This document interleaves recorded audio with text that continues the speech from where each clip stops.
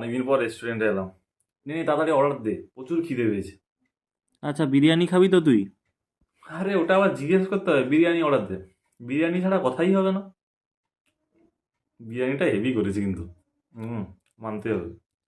অনেকদিন পর খাচ্ছি তো আরো ভালো লাগছে। বলছি, আমার হয়ে গেছে, তোরা আয় তাহলে উঠি। আরে উঠি মানেটা কি? তুই কোথায় চলে যাচ্ছিস? তুই তো টাকাটা দিয়ে যাবি। কি? টাকা? টাকা আমি কেন দিতে যাবো? তুই তো টাকা দিবি। আরে আমি কেন টাকা দিতে যাব? খেলি তুই, আমি টাকা দেবো নাকি? হ্যাঁ, আমি তো ভাবলাম তুই খাওয়াচ্ছিস। না না, ওরম কিছু না। ব্যাস। আরে দিয়ে দে দিয়ে দে, তোর কি টাকার অভাব নাকি? না না, অত টাকা নেই আমার কাছে।